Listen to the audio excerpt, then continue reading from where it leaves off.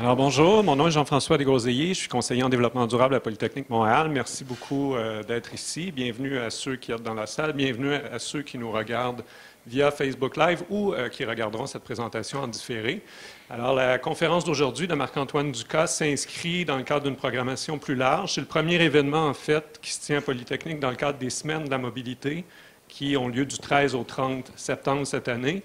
Donc il y aura plusieurs autres activités la semaine prochaine également, dont le lancement d'un plan d'action en mobilité durable 2017-2018 de Polytechnique, qui vient d'être adopté par l'Assemblée de direction de Polytechnique. Et ce plan-là a été élaboré avec le Centre de gestion des déplacements Voyager Futé. Il fait suite à tout un diagnostic de la mobilité qui a été fait à Polytechnique, dont un vaste sondage auquel probablement beaucoup d'entre vous avez répondu, 1800 répondants. Et suite à tout ce diagnostic, on a élaboré ce plan d'action qui vise à répondre aux constats qu'on en a tirés. Et un des constats, en fait, un des chiffres qui est assez frappant dans le diagnostic, c'est qu'on a 39 de nos employés et 30 des étudiants qui sont à 60 minutes de transport en commun ou plus de Polytechnique. Donc, c'est peut-être votre cas, c'est peut-être le cas des gens qui nous regardent. Naturellement, pour ces gens-là, l'auto peut sembler une solution idéale pour venir à Polytechnique. Or, on a comme engagement en développement durable et en mobilité de réduire la place de l'auto solo. Donc, on veut chercher des alternatives pour ces gens-là, entre autres, pour tous les usagers de Polytechnique. Et la solution qui va vous être présentée aujourd'hui, c'en est une, Netlift, qui offre une combinaison de covoiturage, de transport en commun. Et c'est donc la raison pour laquelle on fait appel à Netlift pour venir vous présenter des solutions novatrices en matière de mobilité. On a donc le plaisir d'avoir Marc-Antoine Ducas qui va vous présenter Netlift, qui va le faire beaucoup mieux que moi. Marc-Antoine, qui est, c'est un plaisir de le dire, un diplômé de Polytechnique en génie informatique 2005. Il est président fondateur de Netlift et il va en parler avec toute la passion qui l'anime. Donc, je lui laisse la parole pour nous présenter Netlift. Merci Jean-François. Bonjour tout le monde. Effectivement, on va prendre quelques minutes aujourd'hui pour discuter, je ne vais pas dire de covoiturage, je vous annonce qu'on a de moins en moins de plaisir à parler de ce terme-là parce que d'une part, il est assez galvaudé et il y a une connotation un peu négative qu'on entend dans le marché. Souvent, les gens voient ça comme une solution de deuxième ordre, de se structurer de façon informelle avec des copains, des voisins. Et on s'est rendu compte que si on veut réellement combattre le cancer qu'est l'auto-solo, il faut y avoir une médication beaucoup plus forte que simplement être basée sur la bonne volonté des gens. Donc aujourd'hui, je vous présente une solution qui non plus parle de covoiturage, mais de transport social. Okay? Grosso modo, Netlift, c'est une application mobile sur iOS et Android qui demande aux gens d'entrer leurs origines, destinations. Typiquement, c'est la résidence et le campus ici, ainsi que leur horaire de déplacement. Ce qu'on s'est rendu compte, c'est qu'il n'y a personne qui se lève un beau matin et qui dit « Je me demande s'il y a quelqu'un sur la route qui pourrait me faire un lift. » Non, les gens ont un cours à 8 heures. Ils ont besoin des fois, comme employés ou étudiants supérieurs, d'être à la garderie à 18 heures. Sans ça, c'est 1 pièce la minute. Les contraintes de déplacement des gens sont beaucoup plus rigoureuses en heure de pointe que dans tout autre scénario. Donc, une fois qu'on a leur horaire de travail ou d'études, leur lieu de résidence et la récurrence, on est capable, avec notre algorithme, de définir une foule de jumelages possibles. Et les jumelages peuvent être parfois très nombreux. En heure de pointe, la beauté du travail, c'est qu'il y a parfois plusieurs dizaines de jumelages possibles. Donc, sur le plan de la sécurité et de la prévisibilité, les passagers et les conducteurs ou conductrices sont capables de se choisir entre eux. Donc, sur le plan de la confiance, c'est beaucoup plus intéressant. La Ville de Mexico, par exemple, nous a demandé d'ouvrir Netlift pour femmes seulement, parce que le transport en commun là-bas présente des problèmes de sécurité et de harcèlement sexuel. Alors, ils se sont dit, est-ce que c'est possible de juste être matché entre des gens qu'on connaît bien? Et des fois, il n'y a pas de match. Alors, nous, on est capable maintenant d'offrir à l'intérieur de l'application, on va le voir dans une seconde, un service de taxi-navette, ce qui veut dire que maintenant, dans Netlift, tout le monde peut se déplacer porte à porte, 24 heures par jour, 7 jours par semaine, sans son auto, mais avec un niveau de service qui est équivalent à l'auto. OK? Une fois que vous avez choisi votre match, vous voyez l'affiche, vous voyez les amis en commun que vous avez sur les médias sociaux. Vous pouvez demander des recommandations à vos amis sur la personne avec qui vous avez un jumelage, le cas échéant. Vous êtes toujours capable de lui texter ou de lui parler. Puis nous, on a un service à la clientèle qui est permanent, qui est capable de répondre s'il y a quoi que ce soit qui arrive. Et une fois que le jumelage est accepté, on sait que demain matin, après jeudi, vous allez avoir un lift. Alors, vous voyez le point d'embarquement, le point de débarquement et surtout le montant que ça va vous coûter au début. Les montants sont toujours prévus. Donc, si vous avez une course de taxi-navette et que c'est écrit 6 ce sera 6 qu'il y ait du bouchon de circulation ou pas. Okay? On calcule déjà tout ça. Bilan des courses, à venir jusqu'à maintenant, le temps de déplacement des gens en heure de pointe, quand il est intermodal, donc quand on combine le covoiturage et le transport collectif, est 42 plus rapide que l'auto seul ou que le transport en commun seul. Comment ça se peut? C'est que dans les banlieues et dans les couronnes, il n'y a pas de bouchon. L'auto va plus vite que le bus. Mais quand on approche des quartiers centraux, comme celui-ci, il y a des bouchons et le transport en commun va vraiment vite. Alors, notre algorithme trouve c'est quoi le bon point d'embarquement pour le passager, pour l'amener au transport en commun, pour optimiser son temps de déplacement. Okay? Typiquement, quelqu'un qui habite, par exemple, à Blainville et qui vient ici, transport collectif le matin, c'est 1h30. Avec Netlift, c'est 42 minutes. Okay? Deuxième élément, c'est que c'est beaucoup plus abordable que son auto solo. Parce qu'un premier secret qu'on a découvert, c'est que la motivation des automobilistes ne repose pas sur un remboursement de l'essence. La distance est trop courte. Faire 10 ou 15 km à quelques sous du kilomètre, ce n'est pas assez motivant. La vraie problématique des automobilistes, c'est le stationnement. Alors, plus le stationnement est difficile ou coûteux, plus il y a de l'intérêt pour le covoiturage. Je vous confirme que le campus ici, il y a Polytechnique, il y a l'Université de Montréal, il y a 3 hôpitaux tout près, il y a des centres de recherche. Il y a 50 à 60 000 personnes qui entrent sur le flanc de la colline tous les matins.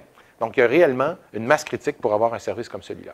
Et troisièmement, depuis qu'on a nos ententes avec les chauffeurs de taxi, on peut maintenant offrir du transport porte-à-porte 24 heures par jour. Ce qui veut dire que si quelqu'un a seulement un cours à 11 heures aux études supérieures, il n'y aura pas besoin de se présenter à 8 heures le matin juste pour avoir des matchs. Okay? Très rapidement, les gens, nous les humains, on se déplace en fonction de 3 scénarios. On ne fait pas du Uber. Quelqu'un qui a besoin d'un lift maintenant, tout de suite, puis qui passe sur le bouton, prenez un Uber, prenez un taxi, prenez un Théo. On n'est pas là. Ça ne règle pas le problème qu'on veut faire. À l'autre bout du spectre, on ne fait pas d'Amigo Express. Quelqu'un qui veut aller voir ses parents la fin de semaine à Trois-Rivières, ce n'est pas ce qu'on fait non plus. On est vraiment concentré pour permettre aux gens de se déplacer mieux le matin et le soir. Donc, on veut vraiment se concentrer sur une récurrence et un service quotidien. Traditionnellement, vous savez, le covoiturage n'a jamais vraiment donné de bons résultats en entreprise parce que si vous avez ici une communauté de quelques milliers de personnes, les probabilités que 2 personnes travaillent ici ou étudient ici à la même heure et habitent dans le même code postal, c'est 0,4 %.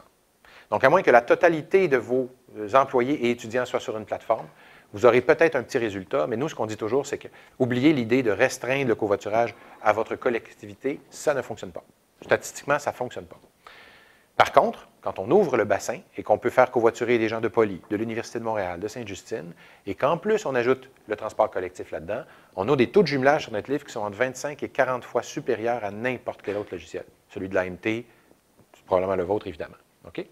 Et maintenant qu'on a aussi un service de retour garanti à domicile, s'il arrive le moindre pépin entre 2 personnes, quelqu'un a une urgence à la maison, il doit rentrer à 2 heures de l'après-midi, il laisse son passager en plan, aucun problème. On envoie un taxi, on raccompagne la personne à la maison au prix du covoiturage.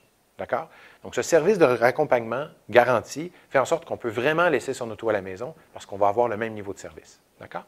Ça, c'est nouveau il y a quelques mois. Comment on fait de l'argent? Et comment vous pouvez vous impliquer en tant qu'institution?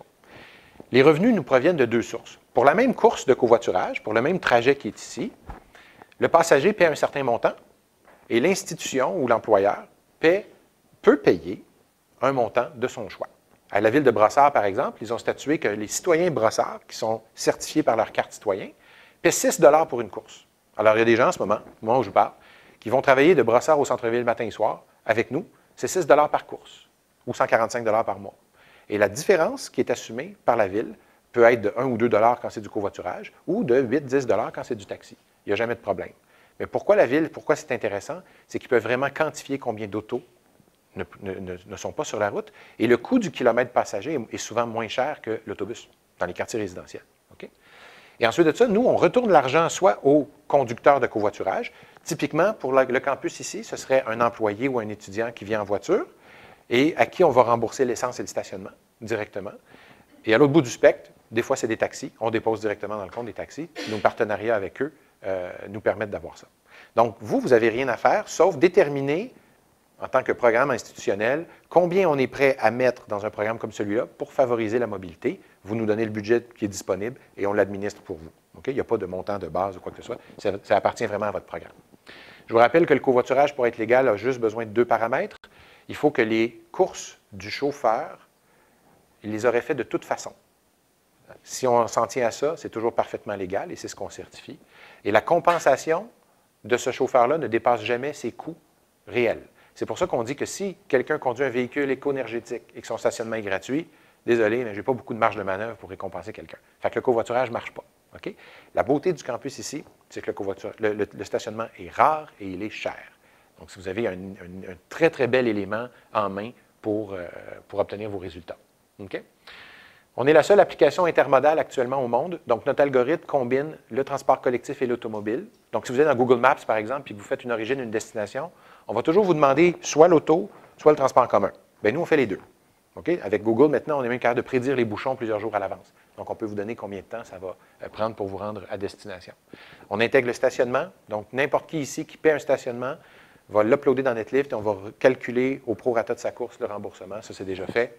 Et finalement, on certifie les passagers et les conducteurs avec leur permis de conduire et leur immatriculation. Donc, le plan de la sécurité, c'est absolument impeccable. D'accord? Je passe rapidement là-dessus pour vous dire que, grosso modo, si on a les trois choses qui sont ici, on a un bon système. L'intermodalité avec le transport collectif. On est en démarche avec la STM puis le RTL pour intégrer la carte Opus. Si tout va bien d'ici Noël, vous allez pouvoir acheter dans NetLift une passe mensuelle de quelques 200 $ par mois, disons, qui va inclure votre type de transport en commun. Donc, vous n'aurez pas besoin d'acheter deux types différents. L'autre élément, on a parlé du stationnement. On a des partenariats avec le SPAQ, Indigo et maintenant Stationnement de Montréal. Donc, ici, par exemple, le stationnement est géré en partenariat avec, je pense que c'est Vinci qui s'occupe de ça, Police et vous autres. Donc, on fait une entente avec vous sur le remboursement. Donc, vous conduisez en covoiturage, votre stationnement est assumé par NetLift. OK? Et finalement, pour le passager, il arrive quoi que ce soit, il y a un pépin, on vous envoie un véhicule qui va vous ramener à la maison au prix du covoiturage. OK? C'est inclus dans votre bilan. Les employeurs, comme Polytechnique, vont recevoir un tableau de bord qui va leur permettre de voir combien de gaz à effet de serre ont été économisés sur une base quotidienne. Vous êtes capable de voir les montants que vous investissez s'en vont où, dans le compte de quel employé ou de quel étudiant. Vous voyez les taux de jumelage que vous avez, les raccompagnements.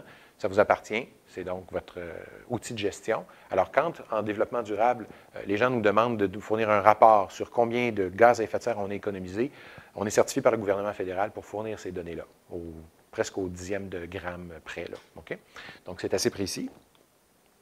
Pour l'employeur, ce qui est intéressant, et puis vous pouvez le voir aussi si vous voulez covoiturer, les équipages sont dynamiques. Donc, vous avez la possibilité de changer de peut-être covoiturer avec une personne le matin, puis une personne différente le soir. Pourquoi pas? L'idée, c'est qu'on trouve toujours le bon jumelage avec vous en fonction de votre temps de déplacement.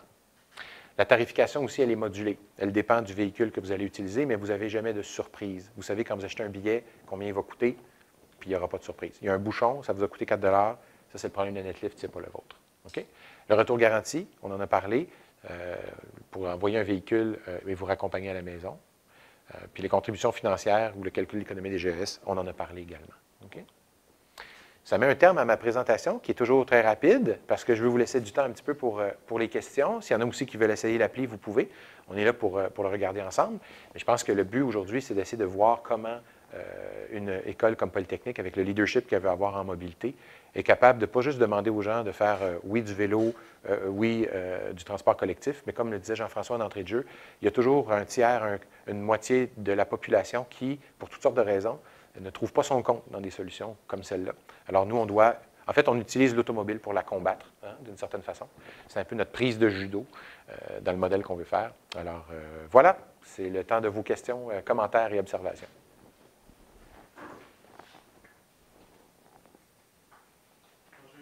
S'il y en a qui veulent se lancer avec des questions.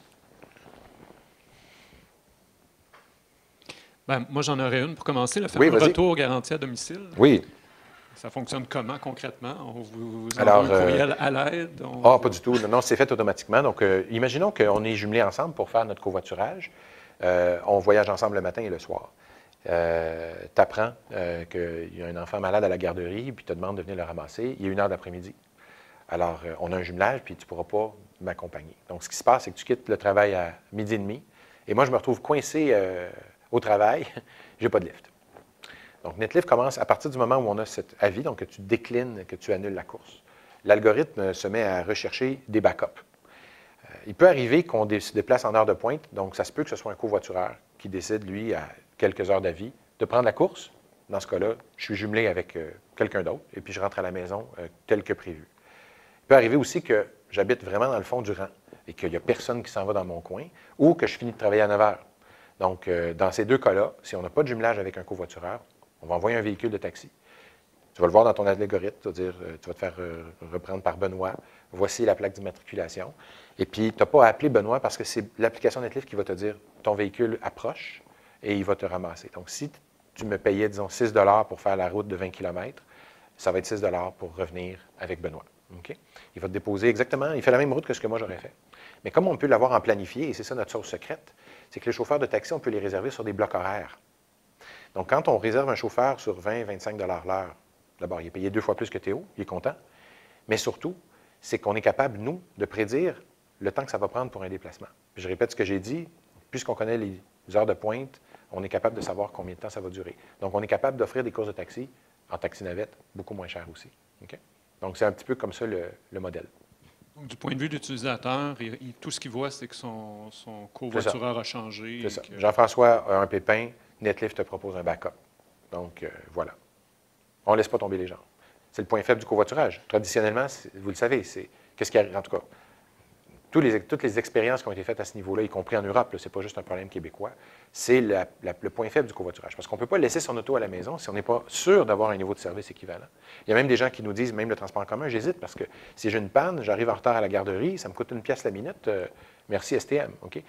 Donc, ce n'est pas toujours des perceptions qui sont fondées, mais elles sont tenaces. Alors, il fallait qu'on mette en place un système pour bien servir ces clients-là. Et c'est particulièrement des gens qui vont habiter un petit peu plus loin, qui vont habiter dans des quartiers où c'est plus difficile. Par exemple, vous avez un covoitureur ici, je ne révèle pas de nom, mais qui habite à Longueuil et qui fait du covoiturage matin et soir depuis 4 mois. Pourquoi il fait ça? Parce qu'en transport en commun, c'est 4 changements de ligne. Donc, l'autobus, la ligne jaune, la ligne orange, la ligne bleue. Et c'est 2 fois plus vite, même dans les bouchons, en auto. Alors, qu'est-ce qu'on peut dire? Il embarque du monde. Puis il reçoit environ 450 $ par mois de remboursement de dépenses. Pourquoi pas? Donc, c'est un fidèle collaborateur et puis il fait sa maîtrise ici. Ouais. Question? Oui.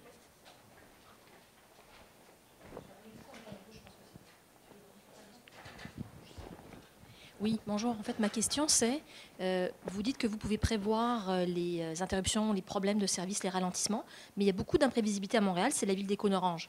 Est-ce qu'une application comme Waze ne serait pas plus utile, puisque elle, ça reconfigure en temps réel les bouchons, les autres voies pour aller? Est-ce qu'il est possible d'avoir un partenariat avec eux? Il y a 2 points faibles à Waze. On en a déjà discuté par la Ville de Montréal. La force de Waze, c'est d'avoir beaucoup d'informations en temps réel sur la navigation. Mais nous, on est branchés sur Google Maps, qui possède Waze. Et les chauffeurs que nous avons ne sont pas des gens qui ont besoin de se faire guider, comme un chauffeur de Uber. C'est des gens qui conduisent, ils font cette route matin et soir. OK. Donc, dans Netlift, je ne vous l'ai pas montré, mais les automobilistes, non seulement entrent leur origine et destination, mais ils peuvent même ajouter des balises. Il y a des gens, par exemple, qui contournent les cônes oranges parce qu'ils passent par des ruelles. Waze ne peut pas savoir ça. Donc, nous, on obtient l'information vraiment très excellente des automobilistes, des conducteurs, et eux, parce qu'ils font ces trucs matin et soir, sont capables de nous donner des routes qui sont meilleures que Waze. Ça arrive régulièrement dans nos tests que Waze se fâche contre nous en disant « Non, revenez sur le boulevard Saint-Joseph », mais les automobilistes, ils disent « Non, je sais que le travail est là ». Ils tournent à droite, ils prennent une ruelle et ils viennent de gagner 8 minutes, ce que Waze ne peut pas faire. Donc, on bâtit nos jumelages sur l'information que les automobilistes nous fournissent. Ça, c'est le premier point. Le deuxième point, c'est que Waze et Google Maps ont des données historiques et nous avons des heuristiques. Ce que les gens ont besoin de savoir, c'est est-ce que je vais être en retard au travail demain?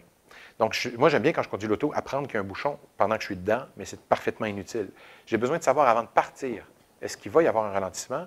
J'ai besoin de savoir à quelle heure je dois vous prendre pour ne pas que vous ratiez votre train. Donc, nous, on prédit des bouchons plusieurs jours à l'avance, avec une certaine marge d'erreur, mais elle est suffisante pour faire en sorte que la séquence intermodale soit excellente. Donc, nous envoyons aux partenaires, aux conducteurs et aux passagers, des alertes pour leur dire « Vous devez partir 12 minutes plus tôt parce que vous ne voulez pas être en retard au travail et vous ne voulez pas que votre covoitureur rate son train ou son métro. » D'accord? Donc, c'est vraiment cette expertise-là qu'on a développée en mode planifié. Parce qu'au début, quand on a commencé Netlift, on est parti en disant « Ouais, on va faire ça, le spontané, les gens vont se communiquer. » Les travailleurs ont besoin de prévisibilité, beaucoup, beaucoup. C'est pour ça qu'ils gardent leur auto. OK? De rien. D'autres questions pour notre MC? D'autres questions? Est-ce que le MC a d'autres questions sinon? Oui. Bonjour. Bonjour. Donc, en fait, je sais que vous l'avez abordé, le paiement pour les conducteurs du stationnement. Oui. Je ne sais pas juste si vous pouvez nous donner un peu plus d'informations. Élaborer un petit peu là-dessus? Oui, OK. tout à fait. Alors, il y a 3 façons pour lesquelles ça fonctionne. La première façon, qui est la plus simple et qui fonctionne pour n'importe qui, vous prenez un stationnement ici à MTL, à Polytechnique, vous payez votre passe annuellement ou mensuellement. Vous allez dans l'application uploader votre reçu de paiement. Disons, faire un chiffron, 80 $ par mois. OK? Nous, ce qu'on va faire, c'est qu'on va prendre ces 80 $-là, on va regarder où vous allez, on va dire oui, c'est beau, c'est un vrai reçu de paiement, et on va subdiviser ce montant en fonction du nombre de courses sur une base mensuelle. Habituellement, un mois, c'est 40 courses, 20 jours ouvrables, une course le matin, une course le soir. Donc, on peut vous rembourser jusqu'à, dans ce cas-ci, 2 $ par course. Si on vous rembourse plus que ça, vous allez commencer à faire du profit. Ça, le gouvernement n'aime pas ça. Il va dire, vous êtes des méchants, comme Uber, vous faites du profit. Alors, on veut juste s'assurer que le montant qu'on vous rembourse ne dépasse pas vos coûts. OK? Mais une fois que ça, c'est fait, votre stationnement que vous avez acheté d'une main, vous l'uploadez, puis Netlift, on s'occupe, nous, de le faire payer par vos passagers. Mais imaginez que 2 $ pour quelqu'un qui fait 10 ou 15 km, c'est super avantageux. Puis vous êtes très content parce que vous avez une place absolument garantie. OK? Donc ça, c'est un premier point. La deuxième façon de faire, c'est que quelqu'un, par exemple, qui est à l'Université de Montréal, n'a pas de stationnement. Il dit, je veux bien en acheter parce que je fais du covoiturage. Il va appeler Netlift et nous, on va rechercher avec nos partenaires, est-ce qu'il y a des places disponibles dans le quartier, environ à 500 mètres de marche. Ça peut se faire dans des stationnements privés, ça peut se faire à l'intérieur d'une tour à condo. On a accès, nous, à beaucoup plus de parking que vous ici, parce que c'est des bâtiments adjacents.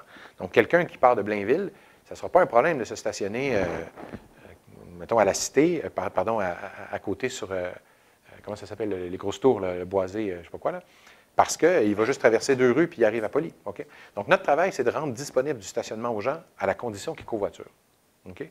Puis le troisième élément qui est possible, et ça demande une réflexion de la part de la direction de Polytechnique, c'est est-ce que nous voulons adopter une politique de stationnement, pas qui favorise de l'accessibilité aux gens qui conduisent seuls, mais de mettre en place certaines places, c'est pas qu'elles sont chères ou pas, mais c'est qu'elles ne sont réservées qu'aux gens qui covoiturent. Traditionnellement, c'est une politique, on faisait ça avec des vignettes. Les gens, il y avait des équipages fixes, chacun recevait sa vignette. Mais ça ne marche pas à cause de ce qu'on a dit tantôt. Il y en a un des deux qui est malade, quelqu'un se stationne gratuitement alors qu'il n'a pas covoituré. Comment on contrôle ça? C'est hyper contraignant. Donc, nous, notre approche, c'est de dire à tous les jours, on envoie à Polytechnique le numéro de la plaque d'immatriculation qui a covoituré, et vous pouvez avoir 10 places, mais qui va être extrêmement dynamique au niveau de l'accessibilité. Okay? Mais ça demande un peu de travail avec la direction des immeubles et la gestion du stationnement. Donc, on peut y aller avec les 3 approches. Je ne sais pas si ça répond à la question. Okay. Est-ce qu'on a d'autres questions de la salle ou des gens qui regardent? Non. Moi, j'en aurais une autre. Oui. Pour te donner l'exemple intéressant de Mexico où vous avez développé l'application pour les femmes uniquement. C'est une demande qu'ils nous font, oui, c'est ça. L'utilisateur qui entre dans Netlift actuellement, est-ce qu'il peut mettre un certain nombre de préférences? Genre, je ne veux pas prendre le métro, j'ai peur. Oui, exact. La personne qui... En fait, ça vient de notre expérience avec les utilisateurs aussi. Au début, on est parti très multimodal, bête et méchant. On vous envoie le plus vite possible et tout. Et on voyait, en fait, on apprend de votre comportement ce que vous acceptez. Par exemple, on a un peu de machine learning sur... vous acceptez toujours de monter avec des gens qui trippent sur le hockey. Bon, bien, on va essayer le plus possible, si vous avez 30 jumelages, on va mettre en haut les jumelages qui sont plus proches de votre profil. Si vous êtes une femme et vous acceptez seulement de monter avec des femmes, on va l'apprendre aussi, on va arrêter de vous recommander des gars. Okay? Mais il faut qu'on fasse attention parce qu'on ne veut pas faire de la discrimination non plus. Okay? Donc, il y a quand même une délicatesse là-dessus. L'autre élément, c'est que vous pouvez configurer dès le début, si vous voulez marcher, prendre le bus, le métro, le train. On a vu que pour les automobilistes de banlieue, le train et le métro, ça va bien, mais l'autobus, c'est pas très bon.